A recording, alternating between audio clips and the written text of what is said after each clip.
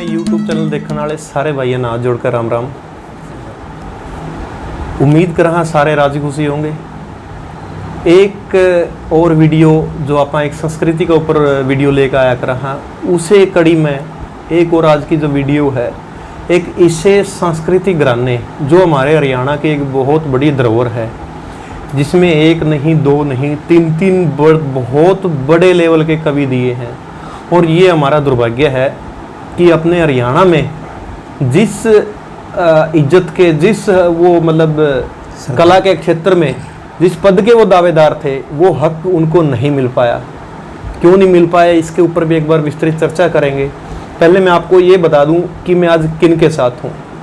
हरियाणा में अगर पुराने कवियों का नाम आता है तो एक गांव का नाम आता है अड़ेवा, और जहाँ अड़ेवा का नाम आ गया वहाँ पे दो कवियों का नाम आता है, माईराम जी अड़ेवा और ज्ञानी राम जी अड़ेवा, जो कि चाचा भतीजा थे। ये वो कवि हैं जो रागनी दौर में बहुत प्रसिद्ध कवि हुए हैं, बहुत जबरदस्त कवि हुए हैं। परंतु दुर्भाग्य यही रहा कि रचनाएं लोगों के बीच में नहीं पहुंच पाई, और जो पहुंची वो कुछ छाप कट कर पहुंची या कुछ मतलब तरीके से वो चीज़ नहीं लोगों के बीच में आ पाई, लोगों के बीच में इतने प्रचलित नहीं हुए। माईराम जी और ज्ञानी राम जी ने सांगों की रचना की है, फुटकर रचनाएं, फुटकर जो रागनियाँ थी वो बनाई हैं बहुत ज़्यादा। मतलब अगर जब आज उनका इतिहास, जब उनके खुद की हस्तलिखित, एक सबसे बड़ी बात मैं आपको बताऊं कि माईराम जी की आज से 70, 80, 90 साल पहले की खुद की लिखी हुई रचनाएं, खुद के हाथ की, शायद इतनी हस्तलिखित रचनाएं किसी भी पुराने कवि की अपने हरियाणा में तो मेरे को लगता नहीं कि मिलेगी। हस्तलिखित जो आज भी मौजूद है वो दर्शाती है कि कितना मतलब बड़ा उनका क्षेत्र रहा है। और मैं सबसे पहले तो आज आया हूँ हिसार, क्योंकि माईराम जी का जो परिवार है वो रहता है हिसार में काफ़ी सालों से, और इस परिवार से जो मेरा परिचय हुआ उसके लिए मैं मतलब किस शख्स ने मेरे को मिलाया मैं आपको बताता हूँ। ये है अपने पंकज भाई, बहुत तकड़े रागनी प्रेमी, बहुत ज़बरदस्त। शायद हम तो कुछ भी नहीं है उनके आगे, इतने ज़बरदस्त, इतनी गहराई में। और एक चीज़ मैं आपको बताऊं, बड़े इंटरेस्टिंग भी बात है, भाई पीएचडी कर रहे हैं माइक्रोबायोलॉजी में, एक लाइन ही अलग, कोई इस क्षेत्र का कोई है ही नहीं, और फिर भी रागनियों में इतनी रुचि। इन्होंने एक हमारी वीडियो देखी जो नानुंद या व्यास के ऊपर थी, जो सांगी हुए अपने उनके ऊपर थी, तो वहाँ से भाई के साथ मेरी बातचीत हुई और भाई ने परिचय करवाया किन के साथ। अपने सर बैठे हैं माईराम जी के पड़पोते, सॉरी माईराम जी के पोते नरेश कुमार वशिष्ठ जी, गांव अड़ेवा से। 3 पीढ़ियां होगी, माईराम जी अड़ेवा, उनके भतीजे ज्ञानी राम जी अड़ेवा, और माईराम जी के पुत्र जो हरियाणा के, आधुनिक हरियाणा के बहुत बड़े कवि हुए हैं। अगर किसी ने आधुनिक हरियाणा की कविताएं पढ़ी है तो एक नाम सबसे शिखर में, अब जैसे रागनियों में कहते हैं ना कि लक्ष्मीचंद शिरोमणि है, उसी टाइप में अगर हरियाणा के, आधुनिक हरियाणा की जो इतिहास रहा है, जो साहित्य रहा है, उसमें सबसे बड़ा जो नाम है वो है तारादत्त विलक्षण जी का। ये उनके सुपुत्र है नरेश जी वशिष्ठ। सबसे पहले तो नरेश जी स्वागत है आपका गांव पुराने यूट्यूब चैनल में।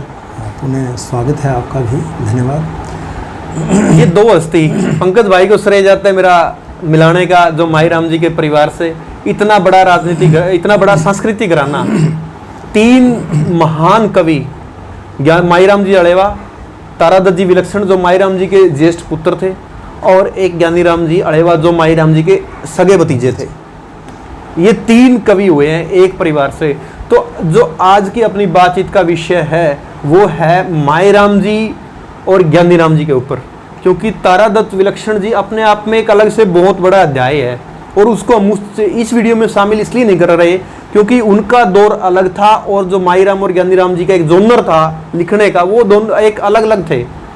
बात का जो मेन फोकस है कि माईराम जी की रचनाएं क्यों नहीं अपने पास सामने आ पाई, क्यों आज के गायक उस चीज़ को नहीं गा रहे, और कितने वो पुराने कवि हुए थे, इन सब विषय के ऊपर आज बातचीत करेंगे। नरेश जी से आज समय लिया, और सबसे पहले तो समय दिया इसके लिए आपका सर बहुत बहुत धन्यवाद। नहीं, स्वागत है आपका हमेशा ही।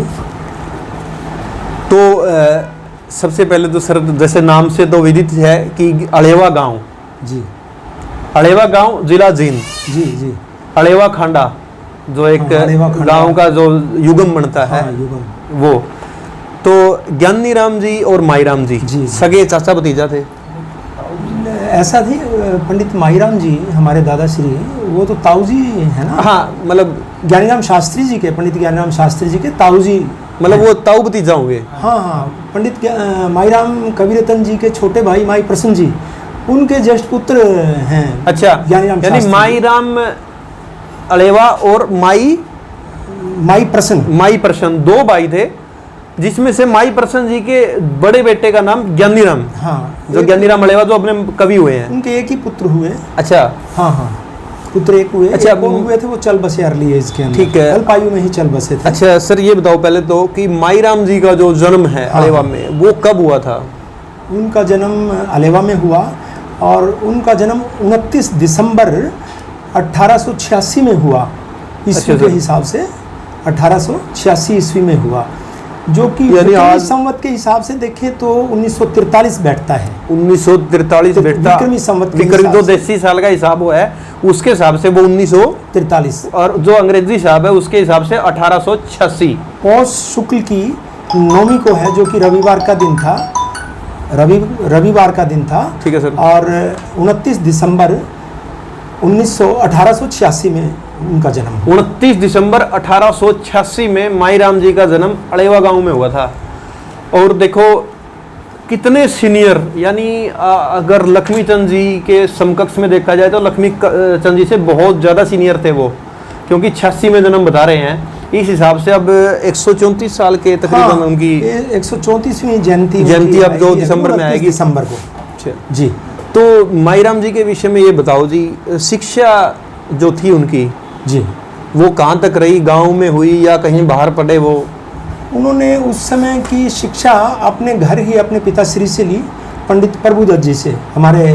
तो उनके गुरुजी जो उनके गुरुजी उनके पिताश्री ही रहे। अच्छा, और उन्होंने महाजनी और संस्कृत में अध्ययन किया अपने पिता से ही। अच्छा जी, महाजनी में और संस्कृत में अध्ययन किया। उस जमाने में महाजनी भी चलती थी, जिसमें बही खाता वगैरह लिखा जाता। अच्छा, जो मतलब के देसी समय को बाणियाड़ी लिखाई। हाँ हाँ हाँ, बाणियाड़ी लिखाई उन्होंने अध्ययन किया। और संस्कृत के भी बड़े भारी विद्वान थे, कि उनके पिताश्री हमारे पूर्वज दादाजी, वो भी संस्कृत के विद्वान थे, और वो उपाध्याय का कार्य करते थे, कर्मकांड, हवन, यज्ञ, माँ दुर्गा के पाठ वगैरह। परिवार में धार्मिक परिवेश का बोलबाला था, धार्मिक परिवेश से जुड़ा हुआ परिवार था। आपने माईराम जी को कितना देखा है? मतलब मुझे दादाश्री स्वप्न की तरह याद है। हिसार में जब मैं आया था, करीब में। आपका जन्म गांव का है? मेरा गांव अलेवा का जन्म है। कितने साल के बाद आप हिसार शिफ्ट हो गए? मैं 4-4.5 साल का था जब। मतलब आपको एक धुंधली सी याद है? हाँ, धुंधली सी याद है मुझे, कि हमारा पुराना स्कूल हुआ करता सनातन विद्या भवन, जो कि मोरी गेट स्थित मेरे चाचा श्री पंडित कलाधर शास्त्री जी ने। ये हिसार की बातें हैं, हिसार में जो स्कूल हुआ करता था उसकी बातें हाँ, बता रहे हैं। बुजुर्ग अवस्था में दादाश्री वहाँ आ गए थे माईराम जी। अच्छा, अपने छोटे बेटे के पास, तीसरे नंबर के जो उनके पुत्र थे, पंडित कलाधर शास्त्री, जिन्होंने यहाँ सीनियर सेकेंडरी स्कूल की यहाँ स्थापना की थी। इवन देन मैं कहूँगा कि प्रयागगिरी जो स्कूल है, वहाँ पाठशाला का जो शुभारंभ हुआ, वो पंडित कलाधर शास्त्री जी ने स्वामी गणेशानंद जी के सानिध्य में किया। उस विषय में भी आएंगे सर जी। सबसे पहले तो ये था कि माईराम जी का जन्म 1886 में हुआ है जी, 29 दिसंबर 1886 को गांव अलेवा में हुआ है।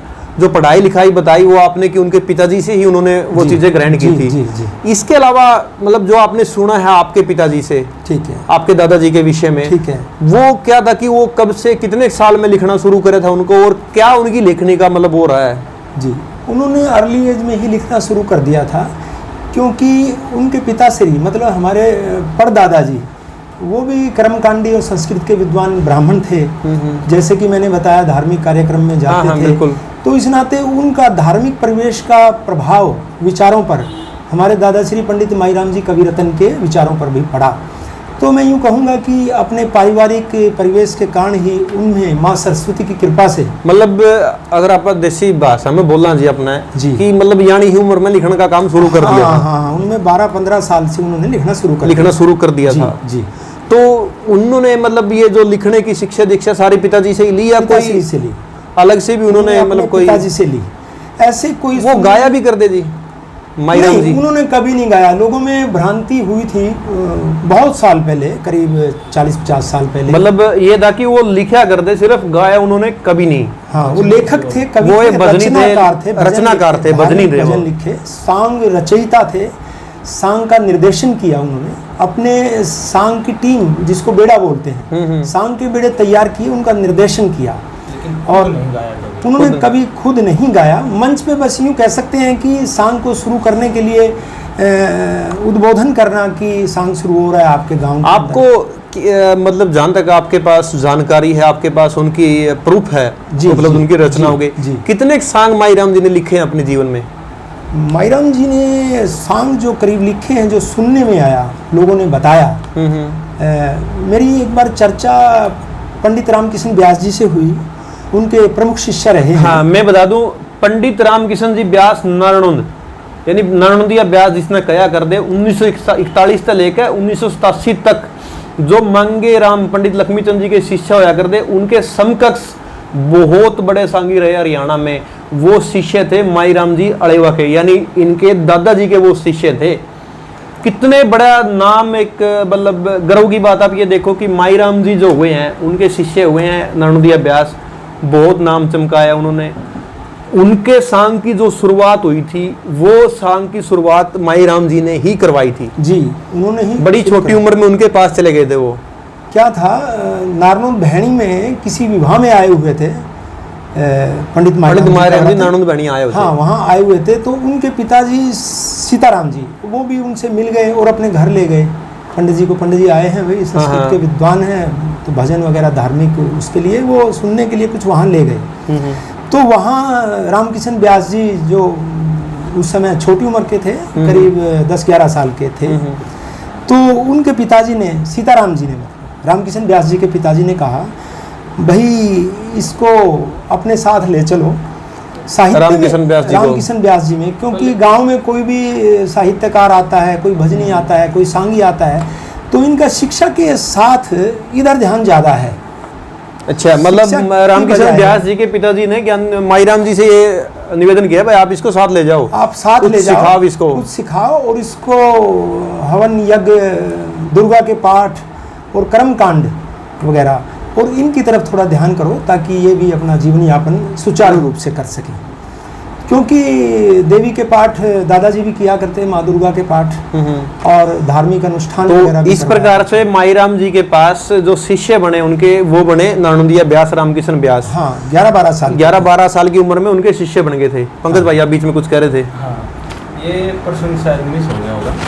ये जब वहाँ पे भैणी में गए थे ना पंडित माईराम जी, तो पंडित रामकिशन व्यास जी के पिताजी से जब भेंट हुई थी, तो उन्होंने बोला था कि इसका कुछ पत्रा पोती देखो, भविष्य बताओ। अच्छा, तो पंडित जी बोले कि मैं फिलहाल तो पत्रा नहीं लेके आया, अगर आपने इसकी जन्म पत्री कुंडली बनवा रखी है तो वह ले आओ, मैं देख कर बता दूंगा। अच्छा, मैं बोले हाँ ठीक है, ले आओ, कि पढ़ता कौन नहीं।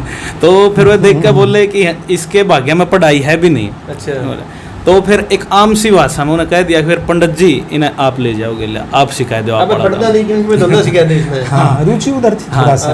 हाँ, तो फिर ये बात हो गया, वाकया हो गया। फिर उन्होंने वो फॉर्मल परमिशन बाद में जो होती है कि ठीक है जी, फिर मैं ले जाऊँ इसने साथ में। तो वो उसने साथ में ले आए। फिर वहाँ के यू पंडिताई का काम उन्होंने सीखा नहीं। साथ में पंडित माईराम जी रचनाकार तो थे ही बड़े जबरदस्त, बड़े ये ललक लग गई रामकिशन व्यास जी के अंदर। ठीक। हाँ, तो ये वाली लाइन पकड़ ली। मुझे आप इसकी बजाय कर्मकांड और ये धार्मिक जो अनुष्ठान वगैरह है, इसकी बजाय मुझे आप जो भजन लिखते हैं, धार्मिक उपदेश देते हैं, उस विधा में लेके जाओ। सांग जो आपका बेड़ा है और जो भजन करते हैं, ये रिक्वेस्ट रामकिशन व्यास जी ने माईराम जी से करी। हाँ, मुझे इसके कर्मकांड की बजाय आप जो भजन लिखते हैं, धर्म उपदेश देते हैं, इनकी तरफ ले जाइए, सांग की तरफ ले जाइए। तो क्योंकि उस समय हमारे दादा श्री पंडित माईराम जी सांग लिखते थे, निर्देशन किया करते थे, कविता भजन लिखते थे, दोहे सोरठे भजन लिखते थे। तो उन्होंने इस विधा को कहा कि मुझे इधर आप ढालें, मैं आपका शिष्य इस विधा में बनना चाहता हूँ। ठीक है, वो इस प्रकार वो उनके शिष्य बन गए। शिष्य बन गए। अब बात आ रही थी कि उनके सांगों की, हाँ कि जी। माईराम जी के कितने सांग हुए हैं, जो आपके पास डाटा उपलब्ध है, आपने उनके शिष्यों से या जहां से भी आपने वो मतलब कलेक्ट किया मुझे है? उनके जो भी शिष्य मिला, इवन देन रामकिशन व्यास जी मुझे मिले। मैं उनके गांव गया एक बार यही चर्चा करने के लिए साहित्य के ऊपर, तो उन्होंने भी बताया जो जो सांग थे। फिर एक विष्णु दत्त का चेला जमुना, दालम वाले गांव का। विष्णु दत्त लक्ष्मी चंद जी का पोता, वो वाला विष्णु दत्त नहीं है। विष्णु दत्त जी शिष्य थे माईराम जी के, जो गांव कंडेला से थे। कंडेला से थे। और उनके शिष्य थे जमुना, जमुना, वो थे दल्लम वाला गांव से। अस्सी के पास एक गौशाला, सतरोल खाप में गौशाला है, उसके अंदर वो कई बार आते थे। मतलब उसका जो दाना वगैरह इकट्ठा करा करते, चंदा वगैरह लेने के लिए घर आते थे, तो भजन भी दादाजी के सुना जाया करते। यानी वो थे माईराम जी उसके दादा गुरु हो गए। दादा गुरु हो गए। तो जब भी आते थे पिताजी के पास आया करते, तो हमसे संपर्क नहीं हो पाता था। जब हमारे पिताजी स्वर्ग सिधार गए 1998 में, उसके बाद वो हमारे संपर्क में आए, परिवार के संपर्क में, तो हमसे वो गऊ का चंदा ले जाया करते गौशाला का। तो साथ में वो माईराम जी को प्रणाम करते थे उनके चित्र के सामने। हाँ जी। और एक भजन भी सुना जाया करते, एक या दो भजन साथ में। और हमें खुशी की बड़ी अनुभूति होती थी कि हमारे दादाश्री के भजन सुना रहे हैं, बड़ा अच्छा लगता था। और कई बार तो मैं हाथ में पेन होता, पेंसिल, उसी से उसको उतार लिया करता था। मतलब जो माईराम जी की आपने रचनाएं जो आपने इकट्ठी करी है, वो उसके शिष्य के शिष्य के पास थी, वो आपने उनसे सुन के भी कुछ रचनाएं वो कहते थे सैकड़ों भजन मुझे कंठस्थ हैं। जमुना जो थे, जमुना मिरासी थे, मिरासी थे, मीर साहब थे। संगीत, हाँ, संगीत वगैरह का उनको अच्छा ज्ञान था, गायन का, संगीत का। मीर साहब का तो वो कुदरती देन है, प्रवाह के साथ सुनाते थे, बड़े प्रवाह के साथ, बड़ी तबीयत से सुनाया करते हैं।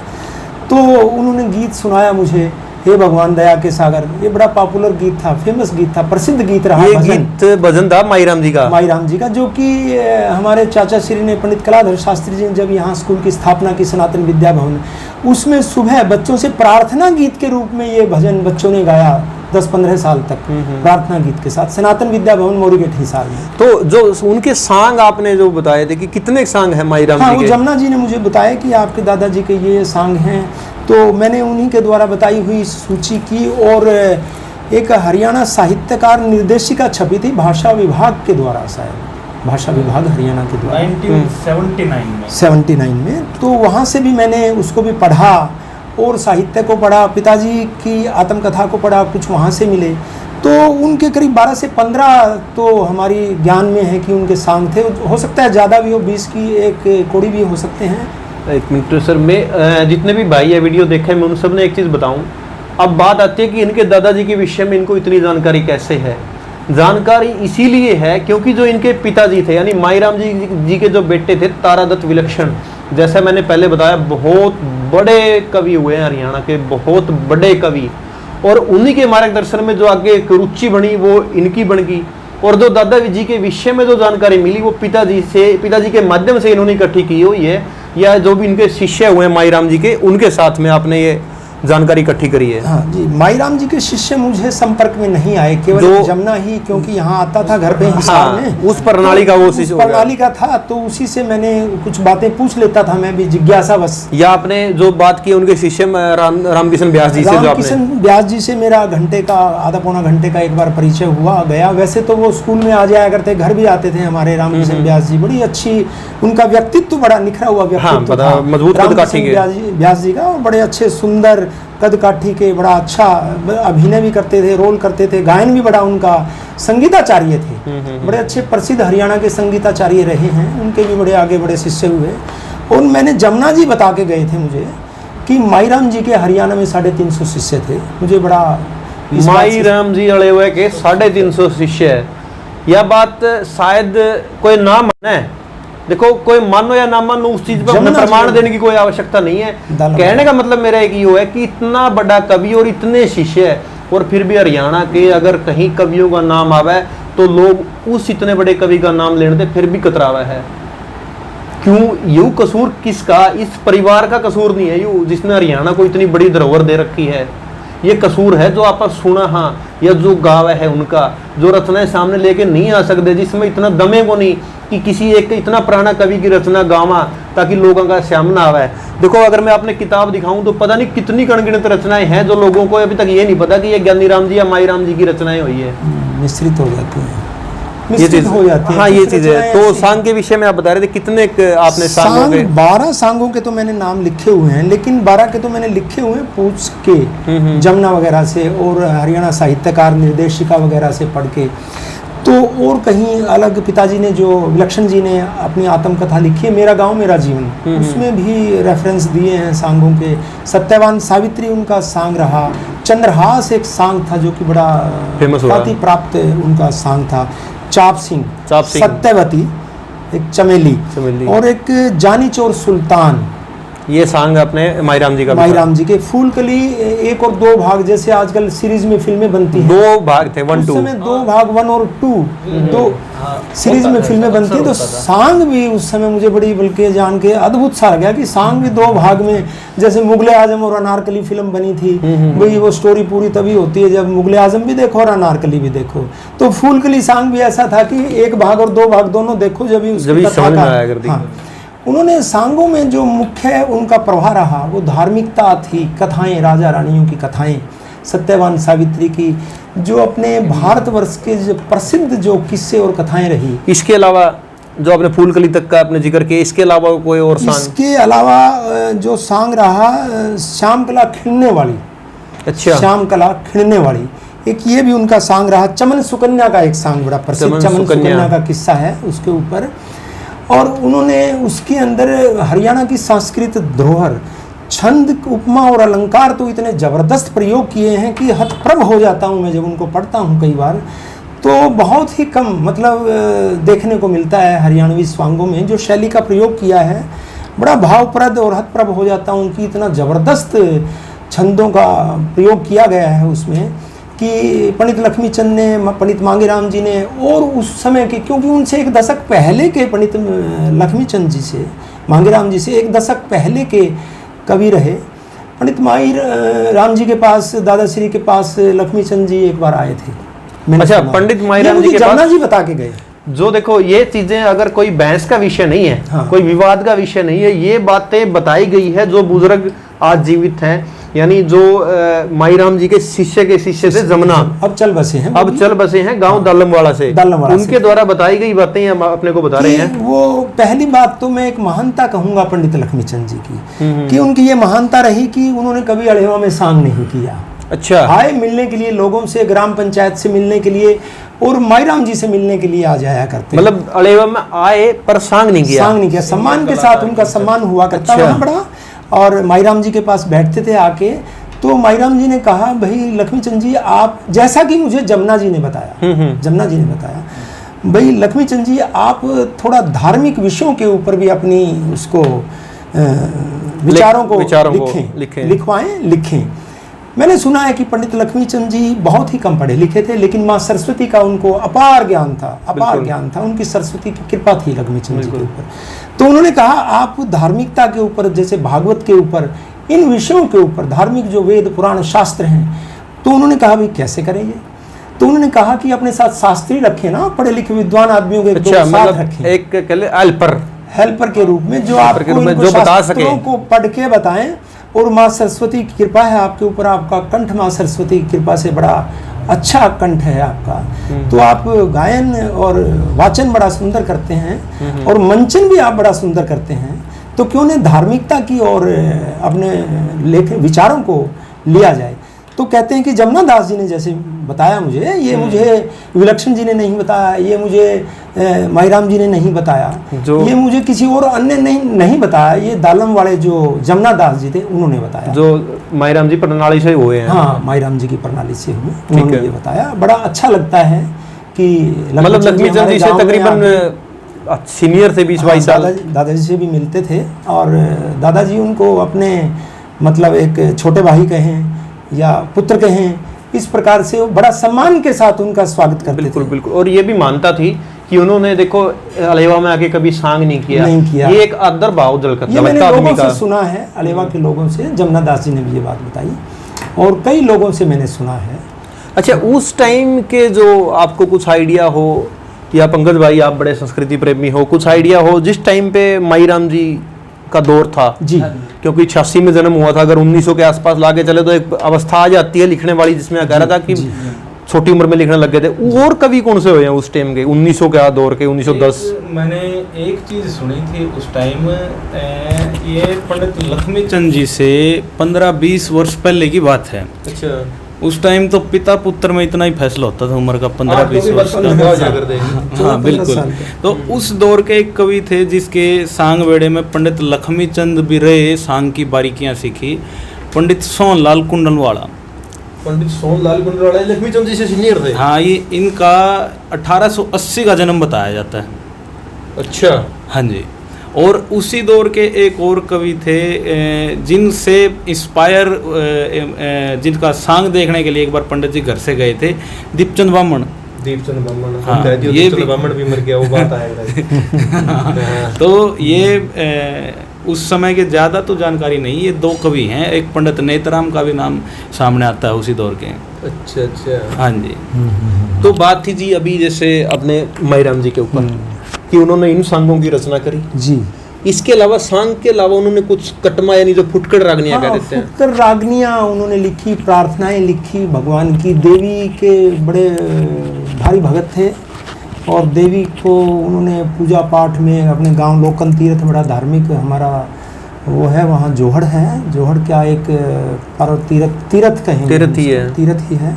तो वहाँ पे देवी को उन्होंने भजा बड़ा कई दिनों तक, तो सिद्धि प्राप्त करने के लिए बड़े अनन्य भगत थे, बड़ा उनकी आस्था थी। तो मतलब सांग के अलावा उनकी फुटकर रचनाएं काफी रही हैं, प्रार्थना गीत है ना, जैसे मैंने बताया है, हाँ, जो आप बता रहे थे, सागर दयागण का काम। अच्छा, तो शिष्य की बात आ जाती है, आप बता रहे हो कि तकरीबन जैसे सुना है आपने भी, हाँ, मैंने कि 350 के आसपास शिष्य थे। जी, जी। आपको कुछ ध्यान में आ रहा हो, जहाँ तक आपने सुना हो कि मेन शिष्य कौन कौन हुए हैं इनके माईराम जी के? एक तो विष्णुदत्त ही दालमवाड़ा के, कंडेला के दालमवाड़ा के तो जमुना जी थे। हाँ, कंडेला गांव से रहे वो, उनके बड़े अच्छे शिष्य रहे, श्रेष्ठ शिष्यों में नाम आता है विष्णुदत्त। और एक जैसे रामकिशन व्यास जी तो प्रोमिनेंट शिष्य थे। हाँ बिल्कुल, देखो ठीक है ना जी, पुत्र समान समझते थे, छोटे 11-12 साल के वो आए थे, पुत्र समान इन्होंने मान लिया था।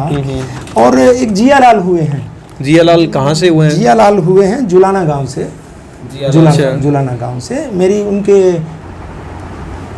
अच्छा, वो शिष्यों के बारे में बता रहे थे आपकी, जैसे आमतौर पे तो आपने सुना कि 350 शिष्य थे। हाँ हाँ हाँ, 10-12 शिष्यों के नाम मुझे पता है। रामकिशन व्यास जी के पुत्र सत्यनारायण जी, जो आजकल सनौली रहते हैं, उनसे मेरी वार्ता हुई, उन्होंने बताया मुझे। अच्छा जी। पूछा भाई कुछ नाम बताओ, लेकिन ज़्यादा शिष्यों के नाम मुझे तो, क्योंकि हम तो हिसार ही रहे, क्योंकि मैं 4-4.5 साल का हिसार आ गया था। छोटी उम्र में आप हिसार आ गए थे? हिसार आ गए थे, यहीं एस्टेब्लिश हो गए, क्योंकि जाना आना ज़्यादा, पिताजी जाते थे, चाचा श्री कलाधर शास्त्री जी गांव में आते जाते थे, माता वगैरह जाती थी, तो हमारा जाना आना विवाह शादी में या कोई धोख लगाने, बाबा धोने वाले की गांव में धोख लगती है, बाबा धोने वाले का जिक्र ना करूं तो भी ये मुझे अच्छा नहीं लगेगा, कि वो बड़ा एक धार्मिक स्थान है, इष्ट देव हैं हमारे, तो उनकी भी पूजा अर्चना करने हम जाते हैं। तो गाँव के लोगों के मैं संपर्क में बहुत ही कम आया हूँ, कि मुझे इतना गांव के लोगों से नहीं पता चला। और उनके मतलब जहाँ से भी आपको पता लगा उनके शिष्यों के विषय में मैं लिख लेता हूँ। हाँ,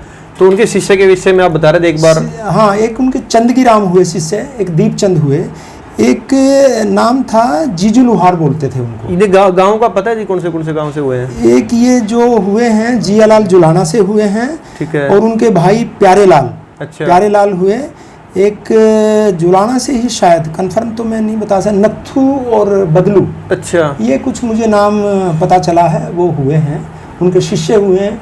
और हमारे मामा के गांव में भी उनका एक तारा था शिष्य, एक भोला बोलते थे, अच्छा, गांव में हमारे। कौन सा गांव जी? अटकेश्वर तीर्थ बड़ा प्रसिद्ध है वहाँ, हाट सिंह पाथरी, सफेदों से 8 किलोमीटर दूर, सफेदों से 8 किलोमीटर दूर। मेरे नानका है वहाँ, वहाँ की हैं। तो वहाँ से मुझे पता चला, वहाँ से जैसे जहाँ से पता चलता है मैं अपनी एक मतलब मेन शिष्य का जितना भी आपको पता लगा, मेन शिष्य जो आपने नाम बताई इतने ही, मतलब जो पता है आपको, जी जी, वो इनके मेन शिष्य जो रामकिशन व्यास जी की बात हो, रामकिशन व्यास जी, चाहे कंडेला से विष्णुदत्त जी हो, जी जी जी, तो ये उनके शिष्यों में थे। हाँ, इनके बारे में एक बात रह गई थी रामकिशन व्यास जी के बारे में, कि रामकिशन व्यास जी ने 4-5 साल तक माईराम जी के ही, दादाश्री के ही सांगों का मंचन किया। यानी उनकी स्टार्टिंग अनुमति से में ही 4 साल उन्होंने माईराम जी के बनाए हुए सांग ही सांगों करे। का ही मंचन किया। ठीक है। उन्हीं के ऊपर ही उन्होंने उनके सांगों में भजन किया, भजन गाए, और अभिनय भी करते थे क्योंकि बड़े अच्छे अदाकार भी थे। रामकिशन व्यास जी बड़े जैसे व्यक्तित्व के बड़े अच्छे धनी थे, तो अदाकार भी बड़े अच्छे थे, कंठ भी बड़ा सुरीला था उनका। तो मतलब स्टार्टिंग उन्होंने माईराम जी के सांग से ही करी। माईराम जी के सांगों से स्टार्टिंग की। अच्छा, 4 साल तक। अच्छा, कोई मतलब एक उनकी भेंट बड़ी प्रसिद्ध हुई है, जो माईराम जी के आदर सम्मान में गाई जाती थी। हाँ, वो क्या था कि एक बार कुछ लोगों ने विलक्षण जी को कहा कि ये माईराम जी मंच के ऊपर नृत्य और गायन करने लगे। अच्छा, तो वो सोच लिया, एक को सोच लिया कि माईराम जी को और रामकिशन व्यास जी को, रामकिशन व्यास जी को एक ही, क्योंकि उन्हीं के सांग करते थे। तो पिताजी ने जाके, विलक्षण जी ने जाके बात दादाश्री को बताई, माईराम जी को, भाई लोग ऐसे कह रहे हैं, और 5-7-10 आदमी बैठे थे उनके बीच में। तो मुझे बड़ा अजीब सा लगा। मैंने कहा मेरे पिताजी ने तो कभी ऐसा किया नहीं, वो तो एक रचनाकार हैं, लिखते हैं, लेखक हैं, निर्देशक हैं, तो ये कैसे। वो हंसने लग गए दादाजी, बोले ये वो क्या है, लोगों में भ्रांति हो जाती होगी कई बार कि वो, क्योंकि मेरी रचना में फिर वो छाप लगती है ना माईराम, तो लोग मुझे माईराम समझ लेते हैं ना, मुझे समझ लेते हैं, जबकि वो होता तो रामकिशन व्यास मेरे सांगों का मंचन कर रहा होता है। अच्छा। तो उन्होंने फिर उनको 2-4-10-20 दिन के बाद रामकिशन जी से भेंट हुई। वो गाँव लेवा आए, बोले भाई रामकिशन एक बात सुनो, ऐसे ऐसे गाँव में सुनने को मिलता है, तो आप आगे से ऐसा किया करो। एक दोहा बना के दिया। बोले आप इस दोहे का प्रयोग करो ताकि लोगों को, जो ऑडियंस बैठे, श्रोता, ग्रामीण लोग हैं, वो समझ जाए भाई माईराम जाए माईराम ये है और रामकिशन व्यास ये है। वो दोहा कौन सा जी? वो दोहा था 30 कोस करनाल से गुरु का अरेवा ग्राम, पंडित माईराम सतगुरु मिले, गुरु कहूँ के भगवान, कुछ इस प्रकार से था। ठीक है, कुछ 1-2 शब्द इसमें हो सकते हैं। 30 कोस करनाल से गुरु का अरेवा ग्राम, पंडित माईराम सतगुरु मिले, गुरु कहूँ के भगवान। ये था तो ये दोहा सुना के ग्रामीण लोगों को, श्रोताओं को, तब वो सांग को शुरू किया करते, माईराम जी के सांगों को। तब लोगों को क्लियर हो जाता था, स्पष्ट हो जाता था कि ये रामकिशन है, शिष्य रामकिशन व्यास जी हैं और माईराम जी यहाँ नहीं है इस समय। ठीक है। हाँ, कई सांगों में माईराम जी, जो मैंने सुना है कि 1-2 बार तो रामकिशन व्यास जी के सांग को उन्होंने एक हवेली में देखा कि मेरा चेला में दक्षता आ गई है या नहीं, मतलब छुप के नहीं देखा था, चेला कामयाब है कि नहीं। हाँ। तो उन्होंने बताते हैं कि हवेली से दूर से देखा बैठ के। अच्छा। तो एक बार तो बड़े हेजिटेट से किया, लेकिन बड़ा फिर उन्होंने, रामकिशन व्यास जी ने उस सांग को बड़ा बखूबी निभाया। तो माईराम जी बड़े खुश हुए, बोले भाई अब आप स्वतंत्र भी कार्य कर सकते हो, कमांड जोगा हो गया। हाँ, अब आप स्वतंत्र भी कर सकते हो, कोई ऐसी बात नहीं। फिर उन्होंने अपने गुरुजी का बड़ा मान सम्मान रखा, जीवन पर्यंत तक बड़ा मान सम्मान रखा, और बीच बीच में उनके सांग भी फिर भी उन्होंने किए। अच्छा। क्योंकि रामकिशन व्यास जी के साहित्य के अंदर माईराम जी के जो लेखन विधा की कहीं न कहीं खुशबू आती है, शब्दों में खुशबू आती है, छंदों में खुशबू आती है। ये तो है जी, मतलब जैसी संगत ऐसी शोभा आएगी और आनी भी चाहिए। वो तो क्योंकि गुरु का तो हाँ, वो शब्द आएंगे, वो छंद आएंगे, वो पूरा, वो काफिया भी कहीं 1-2 लाइन क्योंकि कई संदर्भित कर सकते हैं। कई रचनाओं में ऐसा होता है, जैसे जो लक्ष्मीचंद जी की रचनाएं हैं, जहाँ से लक्ष्मीचंद जी ने छोड़ा है वहां से मांगेराम जी ने शुरू की है उस चीज को। हाँ। और वही सीन ऐसा है कि माईराम जी की कई रचनाएं जहाँ से खत्म होती है वहां से रामकिशन व्यास जी ने उसको शुरू किया है। तो कुछ लोगों को भ्रांति हो जाती है, माईराम जी की रचना है, रामकिशन व्यास जी की, चलो जिसकी भी है, कम से कम गुरु और शिष्य की रचना है, ये भी हमें बड़ी खुशी की बात है। हाँ, और अच्छा है अगर उन्होंने माईराम जी की बाद में जीवन पर्यंत रचनाएं कह करके गाई है, तो ये बड़ी खुशी की बात। अगर बात करें माईराम जी के जीवन की, उनकी शादी कौन से गाँव में हुई थी? आपने बड़ा एक विशेष विषय छेड़ लिया है, क्योंकि उस समय तो मेरा जन्म भी नहीं हुआ था। मतलब जैसा आपने सुना है पिताजी से? तो मैंने सुना है जैसे बुजुर्गों से, माताजी से, पिताजी से, कि हमारे दादाजी के 2 विवाह हुए। ठीक।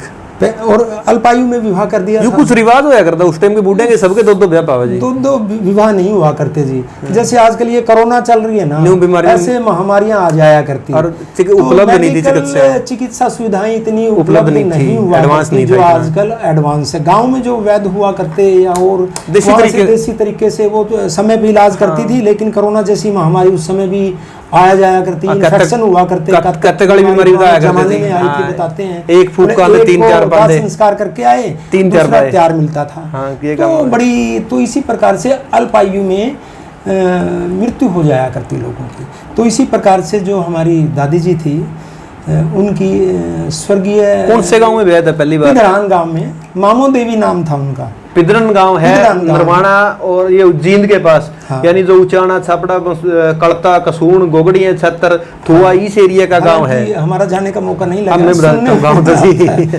हाँ, ये इस एरिया का गांव है। वहाँ पे जो पहली शादी हुई थी माईराम जी की पिदरन गांव में, नाम था उनका मामो देवी। मामो देवी नाम था। अच्छा, वो तो एक मतलब मैं तो ये कहूँगा उस समय बच्चे को एक जन्म दे के वो चल बसी।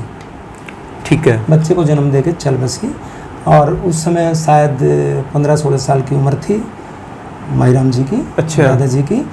और एक पुत्र का जन्म हुआ जैसे। हाँ हाँ माईराम जी के तो पुत्र का जन्म हुआ तो कुछ दिनों के बाद वो पुत्र भी चल बसा। यानी कहने का मतलब जो पहली शादी थी उससे जो बेटा था और धर्मपत्नी थी वो दोनों उस दौर में यानी बीमारी में चले गए। किसी बीमारी के कारण कोई इन्फेक्शन। उम्र उस टाइम माईराम जी की छोटी थी, छोटी उम्र थी, 16-17 साल के, शायद 17-18 के हो सकते हैं। 17-18 साल के थे। तो परिवारों में बात आया करती है, हमारी दादी जी भी भाई कोई बुजुर्गों को पानी देने वाला होगा, अर्घ्य देने वाला होगा, बेटा दूसरी शादी कर ले। ऐसे हमारी दादी जी ने कहा, कोई बुजुर्गों को पूर्वजों को अर्घ्य देने वाला भी हो। तो अपने पिताजी के और सबके कहने से उन्होंने दूसरी शादी स्वीकार कर ली। ठीक है, करनी कुछ दिन तो हेजिटेट किया, फिर उन्होंने स्वीकार कर ली, जो बुजुर्गों की बात को ध्यान में रखते हुए, सम्मान करते हुए उन्होंने इस बात को स्वीकार किया। तो हमारी जो दादी श्री थी, जिनसे माईराम जी के वंश चला 4 पुत्र, वो यहाँ जींद की ही थी। वो भी कौन सा गांव की जी? वो जींद के पास से डिघाना गांव था जी। डिघाना गांव में दूसरा ब्याह हुआ था माईराम जी का। राम जी लाल की सुपुत्री थी वो। पंडित राम जी लाल। अगर कोई डिघाना का या वीडियो देखे नहीं समझ लियो, वो शायद राम जी लाल जी की सुपुत्री थी वो। फूला देवी श्रीमती फूला देवी नाम था उनका। बड़ी ही शालीन, बड़ी ही धार्मिक विचारों की। तो माईराम जी के आगे दूसरी शादी के बाद जो उनका परिवार बढ़ा, जो वंश बढ़ा, उसमें कितने पुत्र थे माईराम जी के? माईराम जी के 4 पुत्र थे जी। नाम जी जो ज्येष्ठ पुत्र थे, जैसे मैंने बताया, वो तो चल बसे थे पहली। वो तो जो यानी पहली ब्याता का था, जो वो तो माँ बेटा चल बसे थे। तो हम कहेंगे जी हमारी जो दादी जी थी फूला देवी की कोख से हमारे पिताश्री का जन्म हुआ, पंडित तारादत्त विलक्षण। यानी नंबर 1 पे थे तारादत्त विलक्षण, जो आधुनिक हरियाणा के सबसे बड़े कवि के रूप में जिनको जाना जाता है। हाँ जी, हाँ, जन कवि तारादत्त विलक्षण जी। जन कवि तारादत्त विलक्षण जी, जिनके गीत जो राष्ट्रपति अवार्ड से सम्मानित है। लघु नाटिका 11वीं गिनती से डॉक्टर जाकिर हुसैन राष्ट्रपति महोदय ने वहाँ सम्मानित किया था, राष्ट्रपति भवन में उस समय। तो ये थे सबसे बड़े ज्येष्ठ पुत्र थे। उसके बाद हुए श्री गौरीदत्त जी, जो कि गांव में उपाध्याय का ही काम कर रहे थे, वंशानुगत। जो हमारे परदादा जी, फिर दादाजी नाम जो दूसरा नंबर के थे गौरीदत्त जी, इसके माईराम जी के बेटे, वो गांव में पादे थे। हाँ, पादे बोलते हैं। उपाध्याय से अब शब्द होके पादा। वो भी बड़े ही देवी के बड़े भगत थे, पाठ करने के लिए दूर दराज तक उनका बड़ा नाम था। कर्मकांडी पंडित थे, बड़े विद्वान, वो भी संस्कृत के अच्छे विद्वान थे। श्लोकों का उच्चारण बड़ा जबरदस्त किया करते वो। और नंबर 3 पे जी? नंबर 3 पे तो यहाँ हिसार में बड़ा उनका प्रसिद्ध नाम है, प्रसिद्ध स्कूल है। पुराने समय के लोग तो मैं कहता हूँ 25% लोग यहाँ उस स्कूल में पढ़े हुए हैं। पंडित कलाधर शास्त्री जी ने, सनातन विद्या भवन की यहाँ स्थापना की। सन कौन सा था जी? 49 में यहाँ स्थापना की। उससे यानी आप तो फिर मतलब परिवार बहुत जल्दी आपका तो मतलब जो शहरी परिवेश है उसमें ढल गया था। हाँ, मैं एक बात यहाँ विशेष रूप से इसका उल्लेख करना चाहूँगा। कलाधर शास्त्री जी यहाँ 48 में आ गए थे। आपके चाचा जी? हाँ, कोई नारनौंद का पंडित जी यहाँ होता था, अच्छा। शास्त्री थे शायद कोई, उनके पास आ गए क्योंकि जानकार आदमियों के पास ही आया करते। तो उनका संबंध प्रयागगिरी उससे था, शिवालय से। अच्छा। तो उस जमाने में प्रयागगिरी में स्कूल नहीं था, शिवालय था, अखाड़ा हुआ करता। एक अखाड़ा चलता था, दंगल था, मतलब कुश्ती होती थी, बच्चे कुश्ती उस जमाने में तो दंगल आम बात थी, कुश्ती करते थे। एक शिवालय मंदिर अब भी है, बड़ा प्रसिद्ध प्राचीन मंदिर है शिवालय। तो उसमें स्वामी गणेशानंद जी थे इसके महंत जो है। अच्छा। तो स्वामी गणेशानंद जी के आशीर्वाद से और जो वो पंडित जी थे उनके आशीर्वाद से उन्होंने पूछा क्या मैं यहाँ कोई पाठशाला चला सकता हूँ? तो बोले शहर साहब चला सकते हैं, तो बड़ी खुशी की बात है। तो एक और होते थे सेठ यहीं शहर के, मुझे नाम नहीं पता, उन्होंने कहा भाई 15-20 बच्चे तो मैं करवा दूंगा स्कूल में। अच्छा। बोले जी इससे ज़्यादा मैं कर दूंगा अपने एफर्ट से। तो शास्त्री जी ने 25-30 बच्चे शुरू में करके यानी पाठशाला 48 में जब वो आए उसके बाद या पाठशाला 49 में उन्होंने मतलब ये पाठशाला की शुरुआत करी हिसार में। हिसार में प्रयागगिरी शिवालय के अंदर ही। वहाँ मतलब नाम क्या था उसका स्कूल का? स्कूल का नाम प्रयागगिरी शिवालय, बस प्रयागगिरी शिवालय, सनातन विद्या भवन के नाम से ही प्रयागगिरी के नाम से। यानी ये थे नंबर 3 के जो बेटे थे माईराम जी के, पंडित कलाधर शास्त्री जी। जी जी ठीक है। जो कि यहाँ कांग्रेस के उपाध्यक्ष और महासचिव भी रहे कांग्रेस के उस जमाने में। ठीक है। और ये 80 के ये हो गए नंबर 3 के दशक में। उसके बाद नंबर 4 पे हमारे जिनको हम बड़े प्यार से और आदर सत्कार से छोटे पंडित जी बोला करते, वो पॉपुलर छोटे पंडित जी के नाम से थे। अच्छा। और उनका वैसे शुभ नाम जो था वो पंडित श्रीधर शर्मा। पंडित श्रीधर शर्मा जो हुए भी हैं। टोहाना के और शिक्षा जगत में पंडित कलाधर शास्त्री जी की तरह एक हस्ताक्षर थे। टोहाना में पंडित श्रीधर शास्त्री जी का एक बहुत बड़ा नाम है क्योंकि वो उस दौर के अध्यापक रहे हैं जब मतलब कह रहे हैं टोटा सबसे पहले उन्होंने सरस्वत बिचपड़ी में स्कूल में अपनी ज्वाइन किया था। और उसके बाद टोहाना ट्रांसफर होगी तो वहीं के होके रह गए बस वो वहाँ। शुरू में उन्होंने भी सनातन विद्या भवन कलाधर शास्त्री जी के साथ स्कूल में पठन और पाठन अध्याय स्वाध्याय भी किया और पाठन भी किया, पठन पाठन सारा किया, यानी बच्चों को पढ़ाया। 4 बेटे थे माईराम जी के। जी जी जी। कोई बेटी भी थी? माईराम जी के पुत्री नहीं थी। ज्ञानी राम जी के 2 बहनें थी। उस विषय में आएंगे। मतलब पहले माईराम जी का अगर मतलब 4 बेटे थे, बेटियां मानते थे अपने, बेटी नहीं थी। हाँ बेटी नहीं थी जी। तो नहीं, आपने एक जिक्र किया था कि माईराम जी के वैसे तो बेटे 4 थे पर वो बेटे 5 मान्य कर दो के सिस्टम। अच्छा, वो क्या था जी, हमारे दूसरे दादाजी माईराम जी के छोटे भाई पंडित माई प्रसन्न, यानी एक का नाम माईराम, एक का नाम माई प्रसन्न। और संयोग ये था कि वहाँ हमारे 2 मकान हैं। एक तो कविता भवन, मतलब खुमारी, पंडित माईराम कविरत्न जी में खुमारी इतनी थी कि उन्होंने अपना जो नया भवन बनवाया उसका नाम ही कविता भवन रख दिया। अच्छा। और बैठक में, बाहर बैठक में कविता भवन, एक जो पूरा एक भवन था उसके जो बैठक होती थी वहाँ 50-40 आदमी तो आम बैठे रहते थे। कविताएं भी वहाँ बैठ के लिखते थे। कई कविता के प्रसंगों में जिक्र भी आता है वहाँ, वही घर बैठे कविताएं करें। कविता भवन में कुछ कविता भवन का जिक्र कई रचनाओं में है। ज्ञानीराम शास्त्री जी ने भी किया, विलक्षण जी ने भी किया और स्वयं माईराम जी ने भी कविता भवन का बहुत जगह उल्लेख किया है। एक प्रसिद्ध भवन कविता भवन गांव अड़ेवा का। मैं कहूँगा गांव अड़ेवा के ऊपर माँ सरस्वती का कोई विशेष वरदान ही रहा है, जो इतने रचनाकार साहित्यकार वहाँ पैदा हुए उस माटी को मैं ये तो देखो नमन करता हूँ। बिल्कुल, वास्तव में है भी, नमन करना भी चाहिए क्योंकि इतने बड़े कवि उस माटी में जन्म लिया है। भी वहाँ हुआ। और मैं स्कूल में तो सिर्फ वहाँ एक दिन गया, फिर यहाँ आ गए क्योंकि कलाधर शास्त्री जी ने यहाँ स्कूल खेला। जैसे ही बच्चे बड़े होते गए जो भी वो यहाँ हिसार आते गए। कलाधर शास्त्री घर का स्कूल था, फीस लगनी नहीं थी।